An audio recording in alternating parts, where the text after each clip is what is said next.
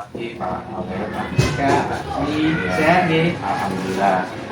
Ini Pak Maulid, saya ada tugas dari Program Bunda mau wawancara Pak Maulid sebagai kepala SDM ini tentang bagaimana etika di sekolah Bapak. Siap. Saya mulai Pak. Oke, bro. Pak Maulid, selama ini bagaimana Bapak mengidentifikasi kasus-kasus yang merupakan berkaitan dengan dilema etika di sekolah Bapak? Terima kasih Mas Dwi. Untuk mengidentifikasi kasus-kasus yang berkaitan dengan dilema etika, tentu kami tidak untuk saya sendiri. Nanti kita lihat kondisi. Misalkan contohnya kan ada keputusan mengenai kegiatan sekolah, itu tidak harus saya yang menentukan. Otomatis kita lihat kepentingan bersama. Misalkan seperti sekarang bulan Ramadan, itu kan juga pelajarannya juga tidak harus full penuh. Nah, maka kan otomatis ada beberapa guru yang menyarankan misalkan selama 10 terakhir bulan Ramadan akan mengadakan sambil gelar atau buka bersama yang memang bagus, tapi ada beberapa guru yang rumahnya tidak bisa menjangkau keluar kota. Kita ada guru Pak, dua yang jadi Jauh betul. ya otomatis kan kita tidak harus ikut saya, harus ikut mengikuti kegiatan ini. Nah, itu bisa kan bisa membuat teman nanya ini, ya kan otomatis saya kan harus bisa mengambil kebijakan dan memberi pengertian berdasarkan kepada teman-teman yang bermisalnya kerja di sini. Ya, maka otomatis saya ada pengecualian teman yang rumahnya jauh, saya kasih kebijakan tidak bisa hadir, tidak hadir nggak apa-apa karena mungkin karena jarak yang jauh. Itu salah satu contoh, walaupun kelihatannya di mata teman-teman kok kurang adil. Nah, tapi nyatanya setelah dilihat dari keadaan kasus itu kan akhirnya teman-teman bisa memahami, kayaknya mau Ada perbedaan. iya, tidak harus hadir. Itu Pak, dari contoh kasus tadi, bagaimana Bapak menjalankan pengambilan keputusan di sekolah Bapak tersebut, di mana ketika ada kasus-kasus di mana Pak dua kepentingan yang sama-sama benar atau mengandung nilai-nilai pendidikan yang positif Pak. Kembali kasus tadi ya Pak ya. Jadi kita belum bertindak, otomatis kita kan bicarakan dulu dengan teman-teman, dan dengan teman-teman kita musyawarah. Jadi nantinya walaupun kelihatannya menurut teman-teman tidak adil, tidak ada keadilan, nah, kita kan teman tadi yang dengan sebutkan kan ada rasa seperti misalkan kasihan kan harus ada juga. Nah, kan tidak harus berdaging, maka rasa kasihan juga ada karena etika itu kan harus kita ada pengesalan kebijakan. Lebih ke manfaat dari kegiatan tersebut. Betul, nggih. Tadi walaupun ada yang nggak hadir, tapi kan manfaat untuk siswa, juga untuk guru. Nah, itu kan ada. Walaupun yang satu tadi tidak hadir, tapi manfaatnya lebih besar ke siswa. Nah, akhirnya teman-teman setelah saya kasih tahu itu akhirnya menyadari dan alhamdulillah mereka juga sudah mau mengikuti apa yang saya katakan. Baik Pak, terkait pengambilan keputusan masih dalam proses itu, akan ada langkah-langkah atau prosedur yang Bapak lakukan selama ini ketika mengambil keputusan. Contohnya Misalkan Bapak punya kasus di guru atau di murid, apakah Bapak membuat semacam langkah-langkah atau prosedur dalam menyelesaikan kasus tersebut Pak? ya selama ini ya tidak sepenuhnya ya, tidak punya terus harus hanya beberapa saja mungkin untuk prosedur itu yang penting kalau dilaksanakan itu bisa gampangannya prosedur itu dapat terlaksana sehingga nanti ketika prosedur itu terlaksana, misalkan gini, misalkan guru olahraga, contohnya apa ya, guru olahraga mau melaksanakan ujian, otomatis kan kelas atas juga harus tahu data kelas 6, misalkan latar belakang kesehatan sebagainya. Otomatis nanti olahraga itu juga nanti saya tanya. Pertama mungkin saya tanya dulu rencananya, misalkan ada lari atau apa gitu. Terus yang kedua rencana sudah, terus planningnya juga saya konsultasi dengan guru olahraga. Saya tanya juga ada enggak murid kelas 6 yang mungkin dari segi kesehatan kurang mampu. Nah, kalau sudah saya tanya rencana, kemudian planningnya nanti juga akhirnya mohon dari guru olahraga ketika pelaksanaan harus ada kebijakan yang tidak memberatkan siswa. Nah, itu berarti pertama tadi kan ada planning, terus pelaksanaan, planning terus perencanaan terus pelaksanaan. Otomatis tidak harus semuanya. Akhirnya Bapak guru olahraga mengiyakan iya Pak. Nah, nanti saya juga akan mengikuti Bapak dan sehingga nanti akhirnya kemudian untuk lanjutan penilaiannya ada penilaian tersendiri bagi anak yang tidak tadi ya itu seperti itu Pak. Tadi kita step seperti itu. Selanjutnya oleh hal apa saja yang selama ini Bapak anggap efektif ketika pengambilan keputusan atas kasus-kasus yang Bapak ceritakan tadi yang berkaitan dengan skema etika? Tentu ketika kita ada itu ada kendala ya Pak ya, mungkin dari teman, dari siswa, kemudian juga dari orang tua. Nah ternyata untuk menuju efektif itu adanya kebersamaan.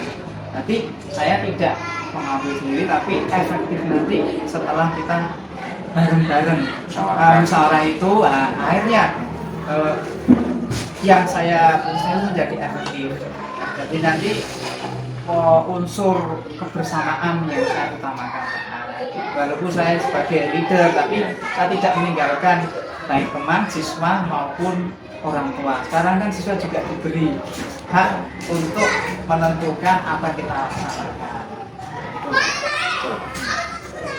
Kemudian hal apa saja yang selama ini merupakan tantangan Bapak dalam pengambilan keputusan atas kasus-kasus skema etika tadi? Tantangannya ini juga ya, kita yang namanya guru kan punya punya kemauan. Jadi dia kemauannya seperti ini, yaitu tadi dia gampangannya mempertahankan. Mempertahankan itu yang agak sulit. Nah, akhirnya dengan face to face, kemudian juga dengan saya beri gambaran bahwa untuk ini harus seperti ini. Nah, akhirnya saya beri gambaran, saya beri solusi, dan walaupun agak keberatan beliaunya, tapi akhirnya setelah dirasakan, dikerjakan, akhirnya oh iya betul juga. Karena apa? Karena ternyata kan seperti itu memang harus perlu Pak. Kita harus beri wawasan, pendekatan. Nah, akhirnya mereka jadi tahu, oh berarti pendapat itu tidak harus sendiri kaku. Nah, harus memperhatikan teman, juga siswa, juga kepala sekolah, juga umum. Nah, jadi kita ambil kemanfaatan kebersamaan. Itu yang paling agak sulit ada guru ya. Tapi alhamdulillah sekarang sudah bisa baik karena adanya kebersamaan. Apakah Bapak memiliki semacam jadwal tertentu dalam penyelesaian kasus dilema etika, dan apakah Bapak itu ketika ada kasus langsung diselesaikan di depan, atau mungkin membuat rencana penyelesaian dahulu, misalkan punya prosedur dari perencanaan atau penyelidikan atau evaluasi seperti itu Pak? Sekali belum ada Pak, setelah belum ada jadwal, belum pernah. Cuman gini, kalau memang ada seperti permasalahan tadi itu tidak langsung selesaikan memang. Saya analisa dulu kok ada seperti ini. Tapi ya tidak ada seperti semacam enggak. Jadi seperti seperti spontan. Sebelumnya juga ada hanya ngomong sama teman yang bisa saja bicara seperti itu Pak. Jadi belum pernah ada jadwal prosedur yang sebenarnya yang saya utamakan hanya sebenarnya bisa selesai masalah itu. Jadi sementara ini belum pernah jadwal. Belum. Yang penting selesai gitu aja. Selanjutnya Pak, adakah seseorang atau faktor-faktor yang selama ini mempermudah atau membantu Bapak ketika mengambil sebuah keputusan dalam kasus-kasus bima etika? Ya tentunya ada Pak. Ya, jadi ketika ada seperti itu ada beberapa guru yang memang yang sering saya ajak bicara. Walaupun lainnya juga tetap ada komunikasi, tapi guru yang memang saya katakan saja partner untuk belajar. Nah itu udah itu. Jadi kalau ada masalah beliau yang saya ajak bicara. Oh baiknya ini. Dan itu juga komite juga saya ajak bicara. Selanjutnya Pak, pertanyaan terakhir. Dari semua hal yang Bapak sampaikan atau ceritakan, pembelajaran apa yang dapat Bapak petik dari pengalaman Bapak ketika mengambil keputusan kaitannya kasus-kasus di bima etika? Ini Mas, ternyata kepala sekolah itu tidak bisa mengambil tugas sendiri yang pertama, karena kita kan komunitas ada guru, ada lingkungan sekolah, ada lagi siswa dan juga orang tua. Nah ternyata selama ini untuk modus itu harus ada kebersamaan. Terus yang kedua, dengan adanya kebersamaan ternyata yang saya rasakan lebih ringan. Saya tidak merasa ada tekan sebagainya itu. Kemudian juga yang ketiga, selain kebersamaan nanti solusi akan mudah terpecahkan dan akhirnya nanti bisa untuk kebaikan baik guru, kemudian siswa juga di lingkungan sekolah.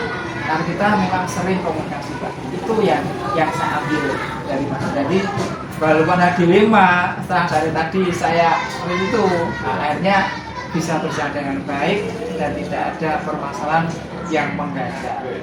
Jadi solusi yang cari alternatif dari guru lain lalu menjadi kesimpulan atau keputusan. Betul, jadi tidak saya sendiri. Terima kasih Bapak Pak Khalid sebagai kepala SD Pondok Gede. Terima kasih atas berbagi pengalamannya. Insya Allah nanti dari pengalaman dengan saya juga bisa mempraktekkan di sekolah saya. Semoga Pak Dwi juga sukses bisa melaksanakan tugas juga seperti nanti yang kurang dari saya bisa dengan tambah biar menjadi lebih baik lagi. Terima kasih Bu. Saya pamit. Ya.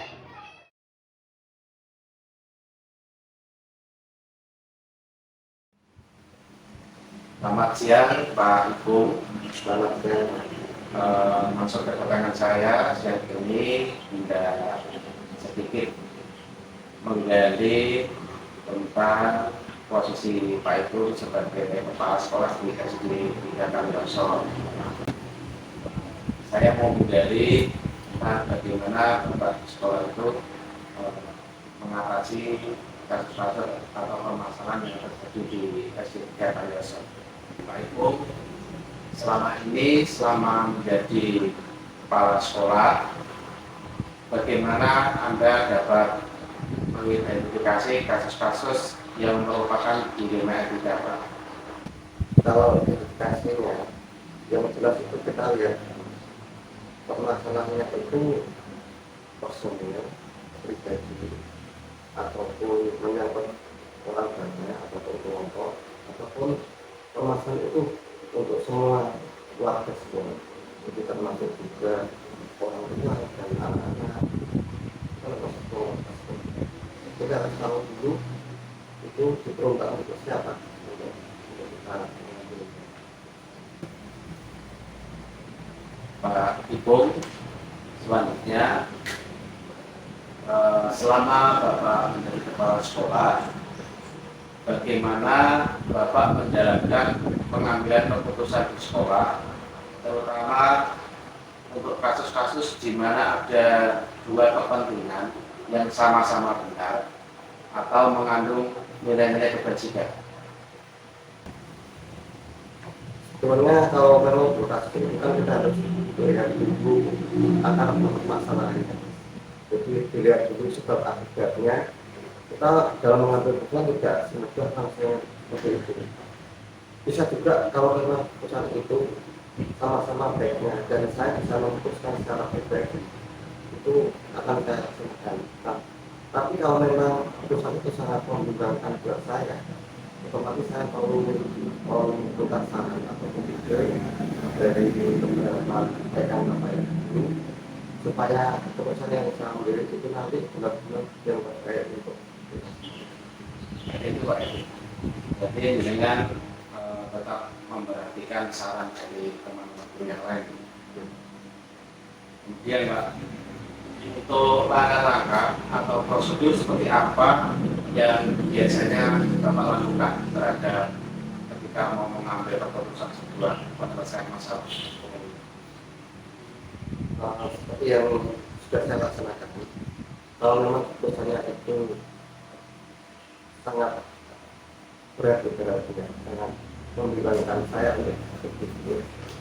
Yang pertama tetap saya menuliskan dulu apa permasalahannya kepada rekan-rekan, kepada khususnya kita rapatkan dulu. Saya menyampaikan permasalahannya seperti ini, kita cari dulu sebabnya. Jadi kita benar-benar tahu akar permasalahannya dari apa. Nanti saran dan ide dari Bapak Ibu guru yang disampaikan kita saring mana yang terbaik. Kalaupun memang ada yang berimbang seperti tadi, musyawarah tidak dapat tercapai, ada berimbang dalam berdua belah pihak seperti saya dengan Bapak Ibu guru, itu karena memang sama-sama baiknya kita ambil suara yang terbanyak, karena memang posisinya kan itu sama-sama baiknya. Jadi kita ambil suara yang terbanyak dari keputusan yang diberikan oleh Bapak Ibu. Selanjutnya, selama ini hal-hal apa saja yang selama ini Bapak anggap efektif dalam mengambil sebuah keputusan yang berkaitan dengan kasus-kasus yang mengandung nilai etika? Yang paling efektif bagi saya itu memang yang utama untuk kebaikan dari semua warga dan keputusan itu bisa diterima dan baik untuk semua. Jadi untuk pihak sekolah, sebagai peserta didik maupun sebagai orang tua, keputusan itu benar-benar diterima dan mereka sangat legowo dengan apa yang kita putuskan. Terus itu Pak, ketika Bapak mengambil sebuah keputusan, pasti kan ada tantangannya ya Pak. Tantangannya bisa seperti apa Pak? Nah, ini kan antara yang sering terjadi antara kebijakan dari pemerintah yang mengharuskan kita untuk berbuat seperti ini, tapi kadang-kala tidak sampai dengan kita di lapangan di sekolah. Karena apa ya?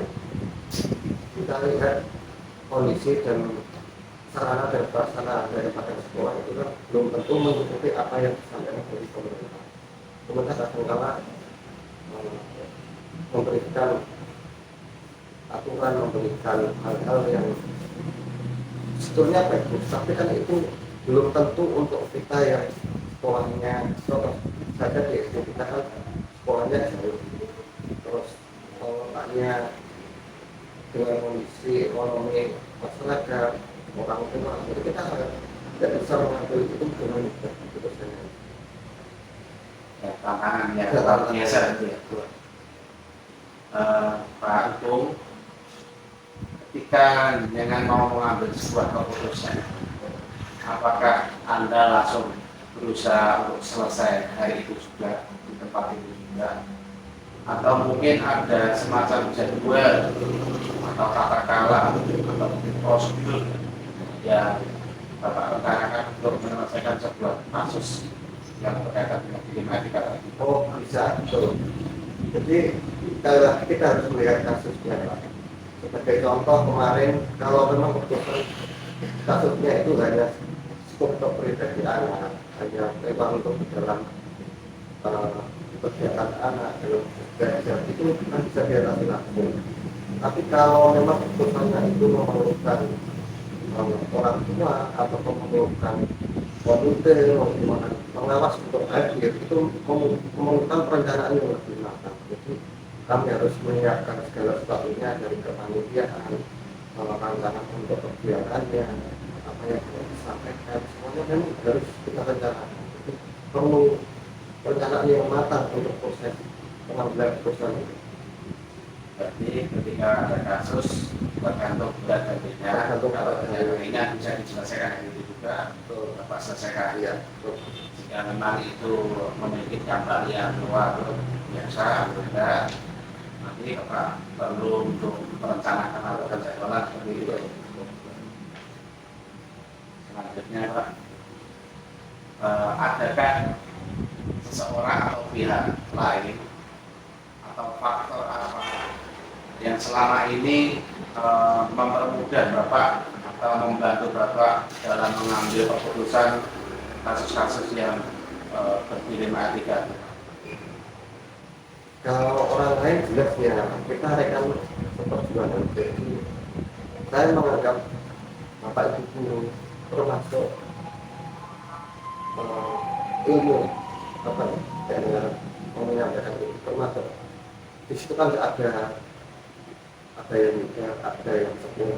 Nah, itu buat pengalaman saya untuk mengambil sebuah keputusan. Jadi dengan usia yang lebih matang, banyak pengalaman mereka, kita juga belajar menimba ilmu dari itu. Jadi kita juga mengurekan kalau memang diperlukan hal itu ya sampai ke tingkat kepala desa, kita mau belajar untuk mengambil hal yang kiranya tenaga ahli itu seperti kemarin sebuah kasus tingkat kesehatan. Jadi kan bukan bidang kami kepada anak-anak penyampaian itu. Jadi ada perlu maka psikolog ataupun ahli medis kesehatan yang menyampaikan itu ke anak ataupun ke orang tua. Jadi kita memerlukan sekali bantuan dari orang Ada syarat-syarat atau yang lain ya? secara berbeda. Terakhir Pak, dari semua hal yang Bapak sampaikan tadi, pembelajaran apa yang dapat kita petik dari pengalaman Bapak ketika mengambil sebuah keputusan yang dilematika? Kesimpulannya, kalau kita mengambil sebuah dari semua